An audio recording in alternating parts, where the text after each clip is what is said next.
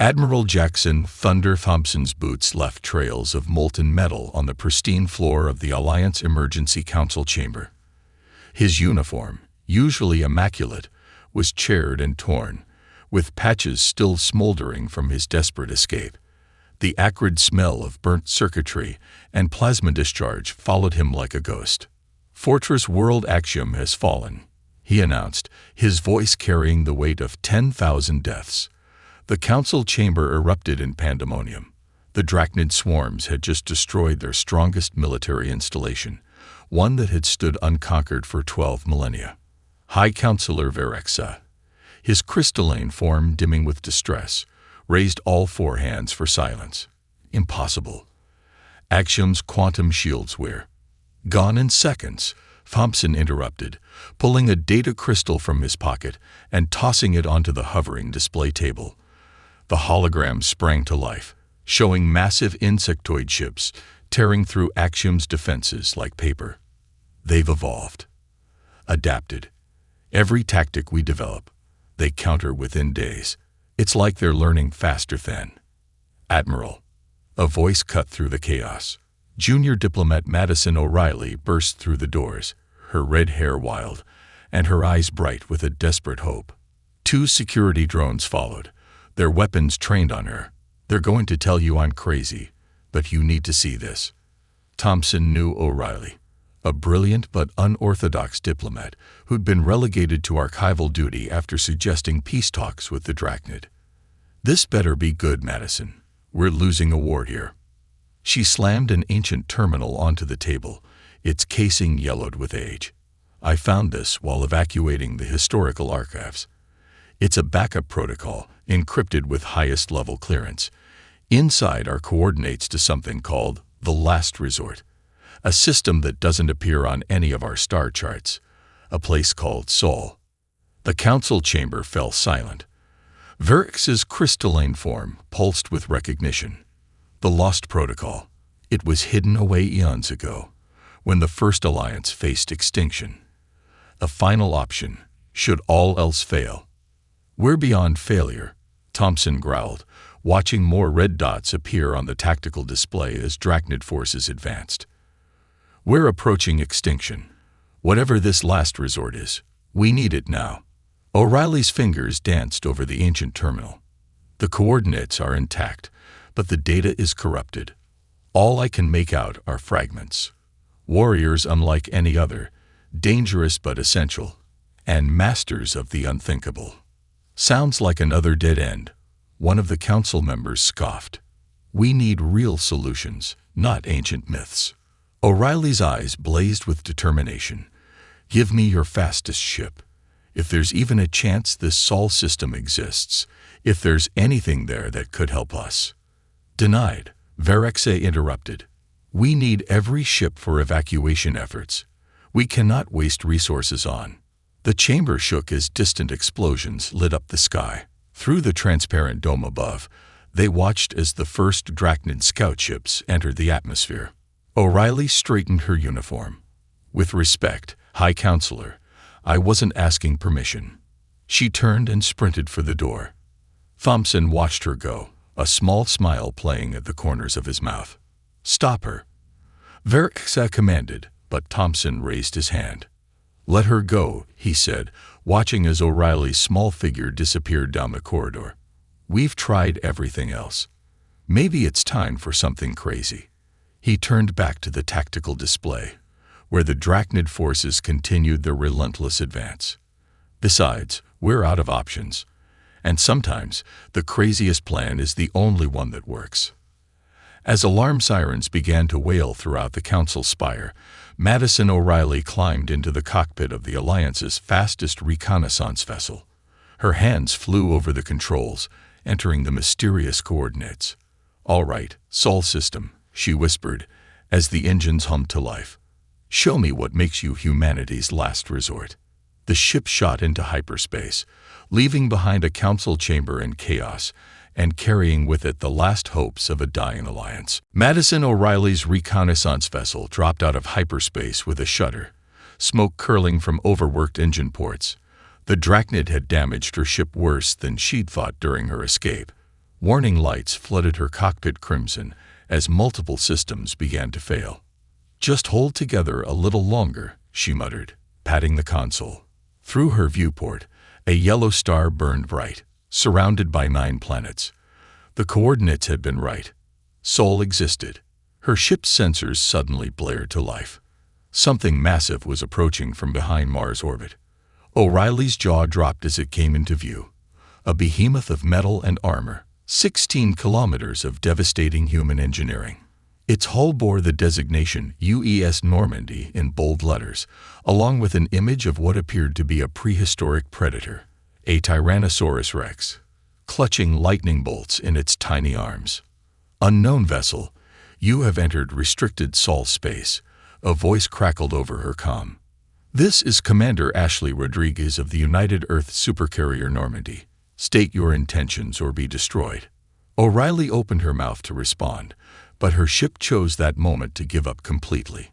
Main power failed, life support began to sputter, and she started drifting. "Help," was all she managed to transmit before everything went dark. She awoke in what appeared to be a medical bay, but unlike anything she'd seen in Alliance space, instead of sterile white walls and automated systems, the room hummed with activity.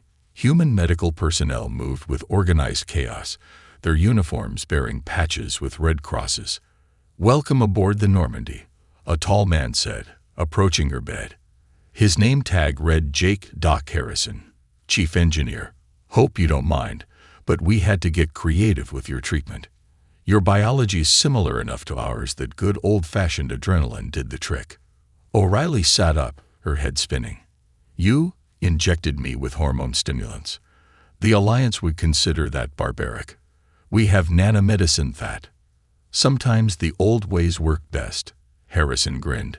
"Speaking of which, want to see something really barbaric?" Before she could protest, Harrison led her through corridors packed with human crew members.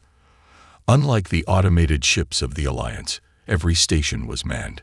Humans called out to each other, laughed, argued, and coordinated with an organized chaos that seemed impossible to her.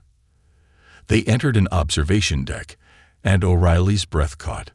Below them, fighter squadrons were practicing combat maneuvers she believed physically impossible. Ships pulled turns that should have torn them apart, used debris fields as weapons, and executed formation changes that looked more like deadly dance moves than military tactics. Beautiful, isn't it? Commander Rodriguez appeared beside them, her dark eyes twinkling. While the rest of the galaxy focused on automation and energy weapons, we stuck with what works: human pilots and good old-fashioned kinetic bombardment. But those maneuvers," O'Reilly stammered. "The G-forces alone should. Kill the pilots." Rodriguez laughed. "That's why we developed these." She held up what looked like a primitive compression suit, no fancy inertial dampeners. Just carefully calculated pressure points and a cocktail of drugs that keep our pilots conscious under forces that would liquefy most species. Harrison pointed to the carrier's main guns. "And those railguns? They fire depleted uranium shells at 30% the speed of light. No energy shields in the galaxy can stop them. They just punch right through." O'Reilly thought of the Drachnid swarms, of their perfect formations and predictable tactics. Against this controlled chaos, they wouldn't stand a chance. "We need your help," she blurted out. "The Alliance is losing the war. The Drachnid heir." "We know," Rodriguez interrupted. "We've been watching the galaxy for decades, preparing, training, building." She gestured to the massive carrier around them. "The Normandy isn't just a ship. She's humanity's response to a galaxy that's forgotten how to think outside the box." O'Reilly looked between them, hope building in her chest. "Will you help us?" Harrison's grin turned predatory. "Commander Rodriguez, I believe it's time for our first combat demonstration.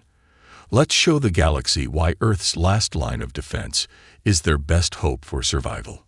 The Normandy's engines rumbled to life, and humanity prepared to enter the galactic stage, not with diplomacy or advanced technology, but with grit, ingenuity, and the kind of crazy plans that just might save civilization. The Alliance admirals aboard their flagship, Eternal Wisdom, watched in horror as Commander Ashley, Wildcard Rodriguez, deliberately steered the Normandy into the asteroid field. Their sensor arrays registered impacts that would have crippled their own vessels, but the human supercarrier's hull simply absorbed each hit, its kinetic barriers growing stronger with each collision. By the first star, she's mad. Admiral Verix's crystalline form flickered with distress. O'Reilly, tell your human friends to cease this reckless demonstration before they destroy themselves. Madison O'Reilly, standing on the Normandy's bridge, couldn't help but smile as Rodriguez winked at her. Trust me, Admiral. You haven't seen anything yet. Beginning Phase 2 of combat demonstration, Rodriguez announced, her voice carrying across all channels. Initiating gravitational slingshot launch sequence. All fighter wings, prepare for combat velocity. The Normandy's massive frame tilted, using the asteroid field's gravitational wells like an elaborate cosmic sling. Along its spine, launch tubes began to glow with building energy. The Alliance Admiral's sensors screamed warnings as they detected energy readings that defied their understanding of physics. Launch tubes hot, Lieutenant Sarah Banshee Martinez called out from her station. Gravitational compression at maximum. Sir, if we push any harder, we'll tear the fabric of space-time. Rodriguez's grin widened, exactly as calculated. Launch all fighters. What happened next would be debated in Alliance military academies for generations. The Normandy's fighter squadrons shot from their launch tubes like bullets from a gun, riding the compressed gravity waves. The fighters achieved speeds that the Alliance had deemed theoretically impossible, their hulls briefly glowing blue from the space-time distortion. Impossible, Verix exclaimed. At those velocities, the pilots should be dead. Rodriguez finished. Ladies and gentlemen, welcome to the show. The fighter wings split into 3 groups, executing maneuvers that looked more like aerial ballet than combat formations. They used the asteroid field's gravity wells to slingshot themselves, building even more speed. Each fighter left a trail of blue fire in its wake as they pushed the boundaries of physics. Final phase, Rodriguez announced. Lieutenant Martinez, show them why they call you Banshee.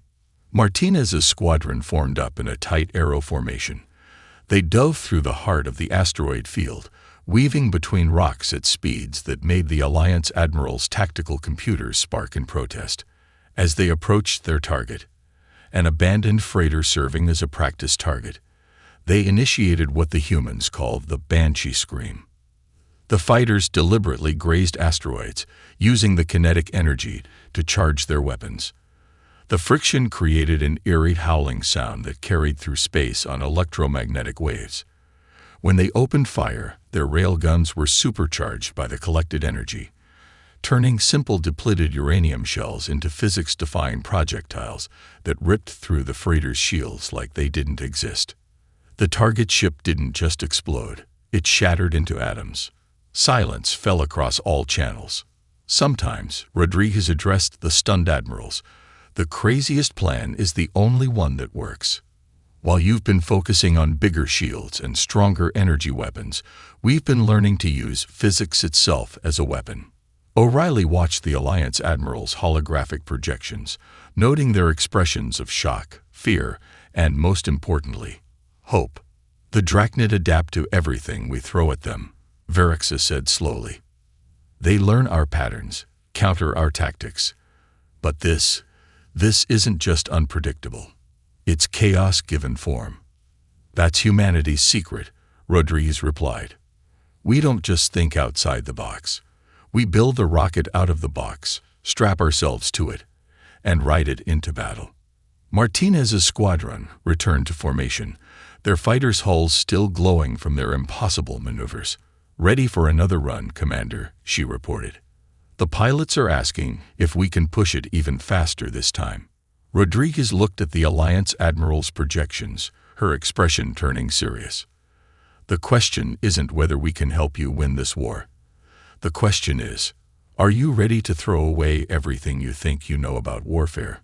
Because where we're going, The rules don't just get broken. They never existed in the first place. The admirals looked at each other, then at the demonstration's aftermath. Verexa spoke for them all. Teach us. The age of conventional warfare was over. The era of human chaos was about to begin. Lieutenant Mike Ghost Walker crouched in his powered armor within the drop pod, surrounded by his squadron of space marines. The colony world of New Eden burned below them, Drachnid swarms darkening its skies. Through the pod's viewport, he watched Alliance energy weapons splash harmlessly against the insects' adapted shields. Remember the plan, he transmitted to his team. They've learned to counter lasers, plasma, and particle beams, but let's see how they handle something from humanity's past. His second-in-command, Corporal James Buckshot Peterson, chambered around in his modified Remington combat shotgun. The sound of 30 Marines doing the same filled the pod. Projectile weapons in space combat, he chuckled. The Alliance called us primitive. Sometimes primitive gets the job done. Walker checked his helmet seal. Odious to deployment in 30 seconds. Welcome to the greatest shotgun hunt in human history. The pod's engines fired, and Walker felt the familiar surge of acceleration. His suit's medical systems pumped him full of anti-compounds as they hit the atmosphere. The Drachnid never saw them coming. Their sensors were calibrated for energy signatures, not simple metal pods falling from orbit. Remember, Walker transmitted as they descended. Aim for the joint sections between their armor plates. Old-fashioned buckshot doesn't care about their fancy shields. The pod burst open at exactly 1,000 meters, releasing 30 Marines in powered armor. They fell like meteors through the swarm, their shotguns booming in the thin upper atmosphere. The Drachnid, expecting energy weapons, had no defense against the cloud of supersonic pellets that tore through their ranks. "This is Ghost One to all units," Walker called out as they landed hard on a rooftop. "Weapons free. Show these bugs why humanity never gave up on kinetic weapons." The Marines spread out across the colony's rooftops, their boots magnetizing to hold them in place. The Drachnid, recovering from their surprise, turned to engage. But their swarm tactics, designed to counter energy weapons with synchronized shield walls, left them vulnerable to the spattering effect of shotgun fire.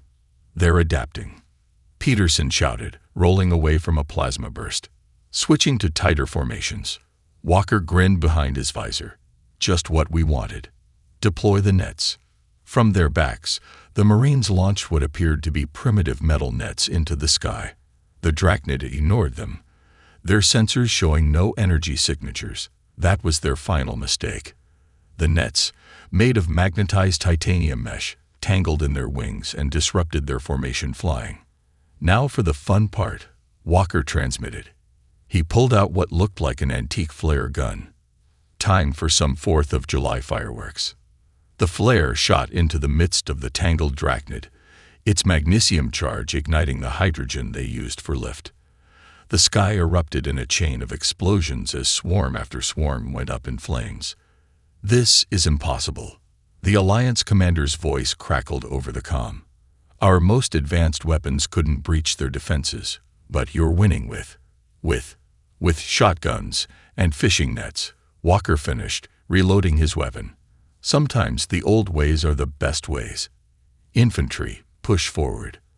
Let's show these bugs why humanity's still around after millions of years of evolution." The Marines advanced through the streets of New Eden, their primitive weapons wreaking havoc on the Drachnid's carefully evolved defenses. Wherever the swarms tried to regroup, they found themselves facing weapons their advanced sensors couldn't track and tactics their hive mind couldn't predict. Hours later, as the last Drachnid ships fled the system, Walker stood in the colony's central plaza, his armor scored but intact. Around him, Marines cleaned their shotguns, while Alliance soldiers stared in disbelief. "How?" the Alliance commander asked, approaching Walker. "How did you know this would work?" Walker removed his helmet, revealing a scared face and a broad smile. "Because humanity's greatest strength isn't our technology. It's our ability to think like our ancestors when we need to."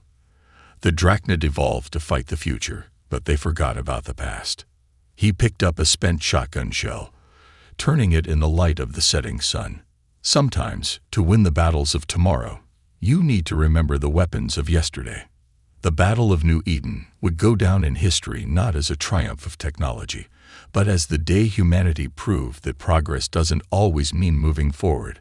Sometimes, victory lies in remembering where you came from. Fleet Admiral Danny Crazy Eyes Mitchell stood on the bridge of the UVS Normandy, watching the tactical display as a massive Drachnid fleet approached the Arcturus mining colony. His heterochromatic eyes, one blue, one green, gleamed with a light that made even seasoned officers nervous. "Sir," his XO, Commander Sarah Hayes, reported, "Alliance Command is ordering an immediate retreat. They say the colony is lost." Mitchell's response was to pop open a century-old flask of bourbon, taking a slow sip. "Tell me, Commander, you ever hear about the Trojan horse?" "Sir?"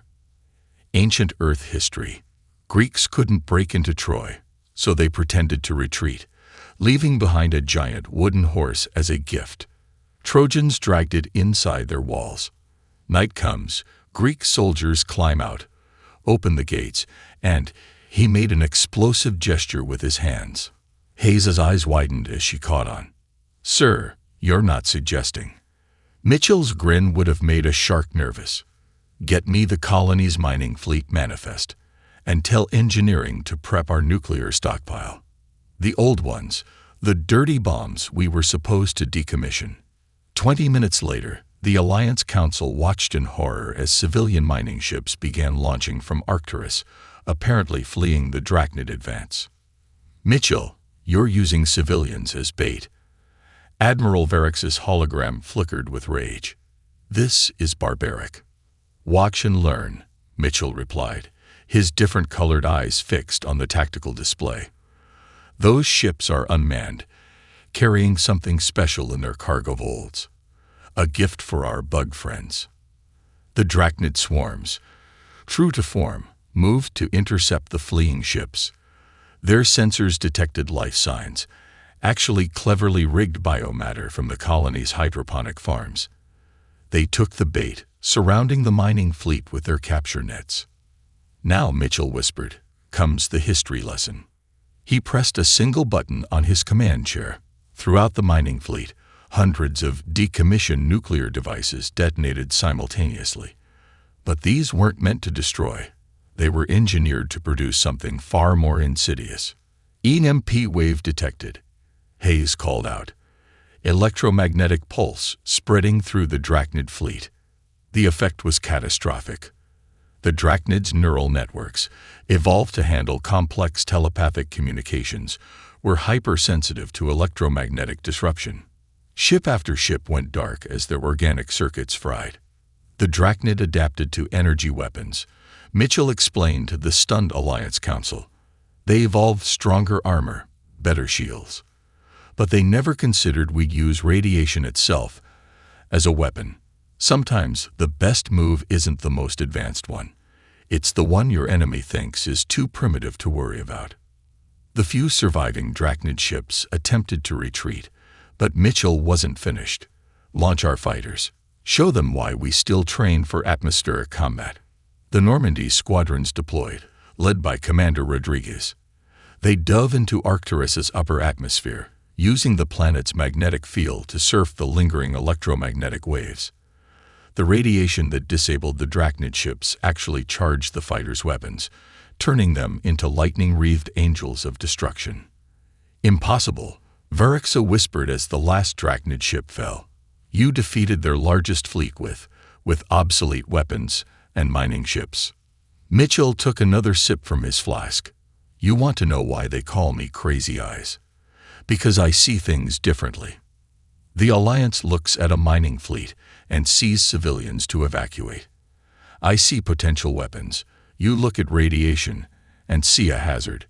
I see a tool." He turned to face the Council's holograms directly. "The Drachnid think they're evolutionarily superior because they can adapt to any weapon. But they never adapted to human ingenuity. As cleanup crews began securing the disabled Drachnid vessels, Hayes approached her admiral. "Sir, what you did today, using civilian ships as trap, was crazy." Mitchell finished, his mismatched eyes twinkling. "Remember what Sun Tzu said, Commander. All warfare is based on deception. Today, we didn't just win a battle. We taught the Drachnid that they're not the only ones who can evolve. The difference is, we don't evolve our bodies or our technology. We evolve our tactics." He looked out at the debris field, where human ingenuity had just defeated alien superiority. "And that, Commander, is why they'll never see us coming." Bobby Ray Jenkins wasn't a military man. Until 6 hours ago, his biggest concern had been meeting his asteroid mining quotas for lunar operations. Now, watching Earth's orbital defense grid collapse under the largest Drachnid fleet ever recorded, he realized quotas didn't mean much anymore. "This is Jenkins to all mining vessels," his Kentucky drawl carried across the emergency channel. "Y'all seeing what I'm seeing?" "They're hitting civilian targets," came the response from Maria Chen's helium harvester. "The bastards aren't even going for military installations." Jenkins watched as the Drachnid Queen Commander's message repeated across all frequencies: "Surrender Earth, and your species may survive as our thralls." His weathered face hardened. "Well now, that just ain't gonna fly." He keyed his mining fleet's command frequency. "Ladies and gentlemen of the Lunar Mining Corporation, looks like we're about to earn some hazard pay. Maria, how much hydrogen you got in them tanks?" "Enough to fuel half the fleet, Bob." "Why?" Jenkins grinned, the same grin that had won him 3 bar fights and lost him 2 wives. "Because mining lasers ain't just for cutting rock. Tommy, you still got them experimental plasma drills. The ones R&D said were too unstable for commercial use." Tommy Rodriguez's voice crackled with growing excitement. "Hell yeah, got 6 of them." "Perfect." Jenkins started typing commands into his rig's industrial computer. "Y'all ever wonder why mining ships have the thickest armor in the civilian fleet? It's 'cause space rocks hit harder than any weapon. And I reckon we're about to become the biggest damn rocks these bugs have ever seen." The Drachnid fleet never saw it coming. Their sensors, calibrated for military threats, dismissed the approaching mining vessels as fleeing civilians. The first sign something was wrong came when Jenkins' massive ore processor, loaded with refined titanium, accelerated to ramming speed. "Yippee-ki-yay, you oversized cockroaches," Jenkins shouted as his ship plowed through the alien formation. The reinforced hull, designed to withstand asteroid collisions, smashed through the Drachnid's organic ships like a battering ram through paper. Maria's helium tankers weren't far behind, venting hydrogen reserves. Now, the freezing gas clouds crystallized in space, forming deadly clouds that fouled the Drachnid's organic sensor arrays. When Tommy's unstable plasma drills ignited the mixture, it created a chain reaction that turned that sector of space into a temporary sun. "They're adapting," someone called out. "Shifting formations to await. Are those pizza delivery drones?" "Yep," Jenkins confirmed as a swarm of small, fast-moving objects zipped between the Drachnid ships. "Turns out them autonomous delivery bots make pretty good guided missiles when you strap mining charges to them." "Thank you, Luna Prime Pizza." The battle for Earth's orbit became chaos incarnate. Mining lasers, designed to cut through solid rock, proved devastating against organic alien hulls. Cargo containers became improvised bombs. Maintenance drones rewired themselves into electronic warfare platforms, broadcasting old country music at frequencies that disrupted Drachnid communications. "This is impossible." The Drachnid Queen Commander's frustrated shriek echoed across all channels. "You are primitives. Your technology is inferior. Your tactics make no sense." "Lady," Jenkins drawled as he lined up another ramming run, "that's 'cause you never met a Kentucky mining crew with something worth fighting for. We ain't got fancy shields or living ships.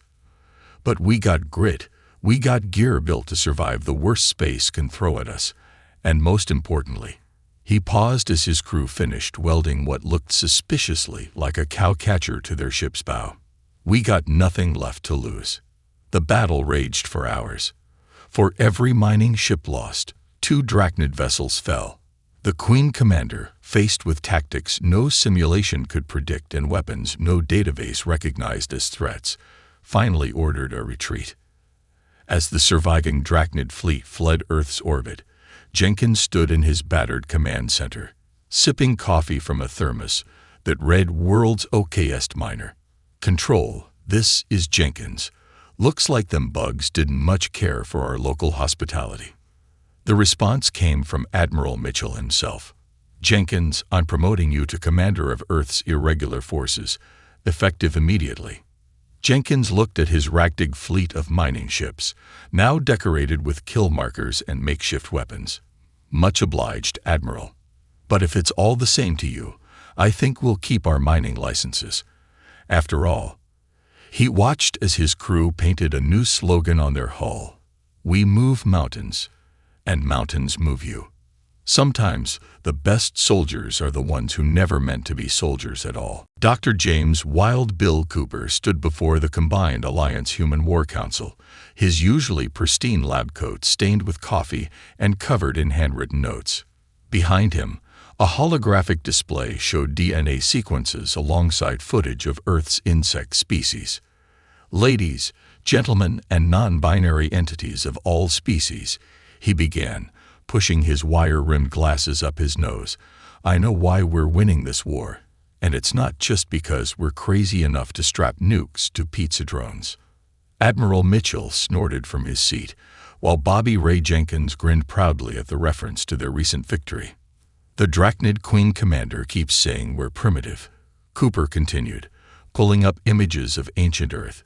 She's right, and that's exactly why we're kicking their thoraxes across the galaxy. He pointed to a fossilized wasp nest. Humanity evolved alongside social insects for millions of years.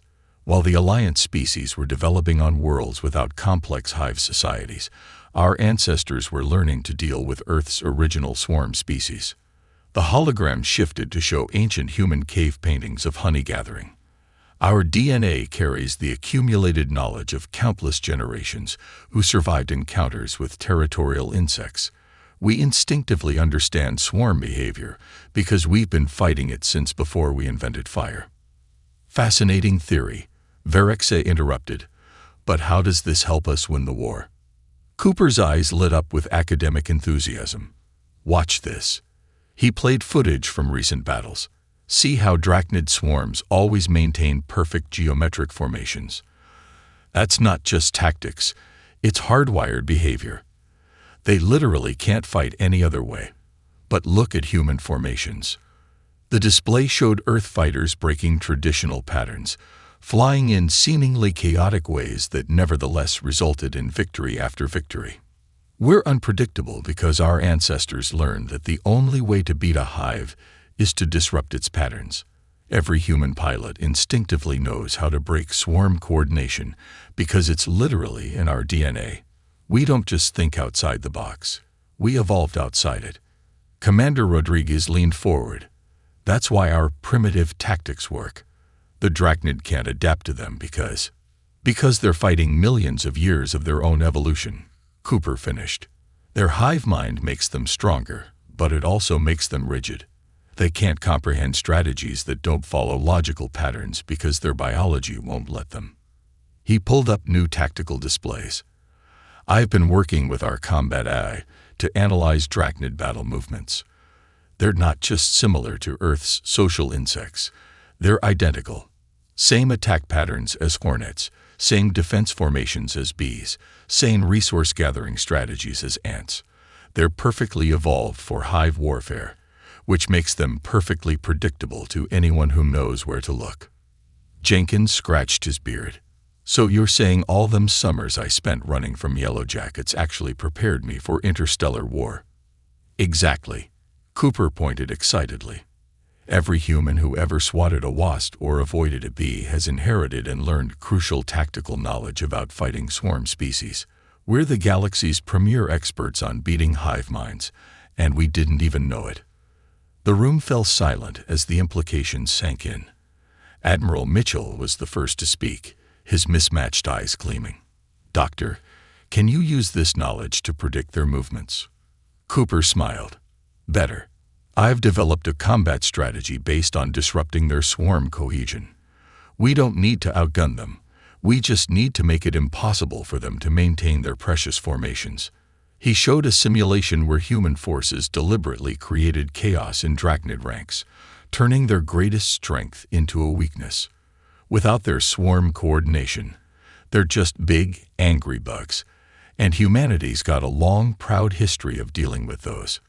"Implementation begins immediately," Mitchell ordered, standing. "Dr. Cooper, I want you working directly with our tactical teams. If we can disrupt their formations instead of just shooting at them, we can end this war without destroying them." Cooper finished. "Sometimes the best weapon isn't a weapon at all. It's understanding your enemy better than they understand themselves."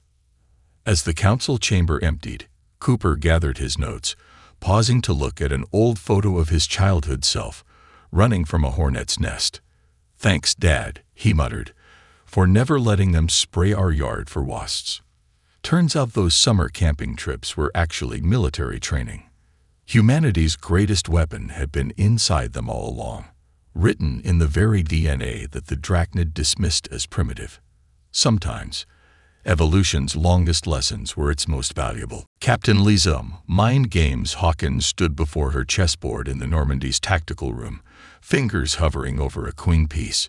20 years of professional chess championships hadn't prepared her for commanding a stealth insertion into Drachnid space, but then again, maybe they had. In chess, she addressed her strike team. "The queen isn't actually the most powerful piece. She's the most versatile, but take her out wrong, and you lose everything." She knocked over the Black Queen. The Drachnid Queen Commander isn't just their leader. She's their central processor. Dr. Cooper nodded enthusiastically. Their entire neural network runs through her. Every decision, every adaptation, every strategy. It all comes from a single consciousness. Which means, Hawkins continued, setting up a new configuration on the board. "We don't need to destroy their fleet. We just need to give their queen too many moves to process at once." Body Ray Jenkins scratched his head. "Like overloading the computer." "Exactly." Hawkins smiled. "The queen processes warfare like a chess computer, analyzing every possible move, every counter, every sequence. But what happens when you feed a chess computer impossible positions?" Commander Rodriguez grinned. "It crashes." The plan was audacious, even by human standards. While the Alliance fleet engaged the main Drachnid armada, a small team would penetrate the Queen's neural network itself. Not to destroy it, but to introduce something the hive mind had never encountered: individual thought. Approaching Drachnid home system, Rodriguez reported from the bridge. "Stealth systems holding. They still think we're one of their organic supply ships." Thanks to Cooper's research, they'd masked the Normandy's signature to mimic Drachnid biology. The massive carrier, painted in bioluminescent patterns, drifted through the alien fleet like a ghost. "Strike team ready," Hawkins announced.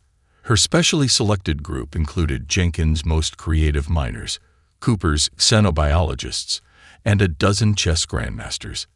Beginning transmission. The signal they broadcast wasn't a weapon in any traditional sense.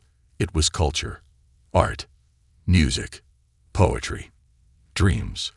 The collected creative consciousness of humanity, compressed into a focused beam of pure, chaotic imagination. "Neural network penetrated," Cooper reported, watching his displays. They're trying to process it all. The Queen is attempting to understand abstract expressionism. The effect rippled through the Drachnid fleet. Ships began breaking formation as their crews experienced individual thoughts for the first time. Some began moving in patterns that corresponded to jazz rhythms. Others attempted to recreate Renaissance paintings with their flight paths. "It's working," Rodriguez called out. "Their coordination is—" Wait, something's happening. The Queen's flagship erupted in a burst of colors and patterns. The massive organic vessel began transmitting its own signal, but not orders or tactics. It was art. Crude, primitive, but undeniably creative. "She's not fighting it," Hawkins whispered, watching her displays. "She's learning from it. Evolution in real time." The Drachnid fleet hung motionless in space as their queen experienced something entirely new: choice. Individual drones began displaying distinct behavior patterns. Some ships formed impromptu squadrons based on shared aesthetic preferences rather than tactical necessity. "This is Queen Commander Zixka," a strangely informal voice transmitted on all frequencies. I wish to discuss terms, not of surrender, but of change. You've shown us something we never knew we were missing." Hours later, as peace talks began, Hawkins sat in the Normandy's observation deck, setting up a new chess game. The Drachnid Queen's hologram appeared opposite her. "I still don't understand why the night moves in an L shape," Zixka admitted, her massive form somehow conveying confusion. Hawkins smiled. "That's the beauty of it. It doesn't have to make logical sense. Sometimes the best moves are the ones that no one expects. Like ending a war with art and chess instead of weapons." "Exactly." Hawkins moved her first pawn. Humanity learned long ago that victory doesn't always mean destroying your opponent. Sometimes it means teaching them a new way to play the game. As human and Drachnid ships began tentative joint maneuvers in space, their contrasting styles creating patterns that had never existed before, Admiral Mitchell watched from the Normandy's bridge. "You know," he mused to no one in particular, "maybe the real Supercarrier wasn't the ship at all.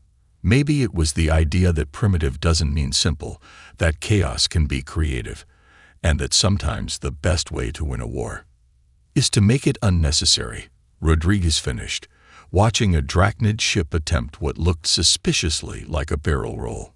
"Now that's what I call evolution."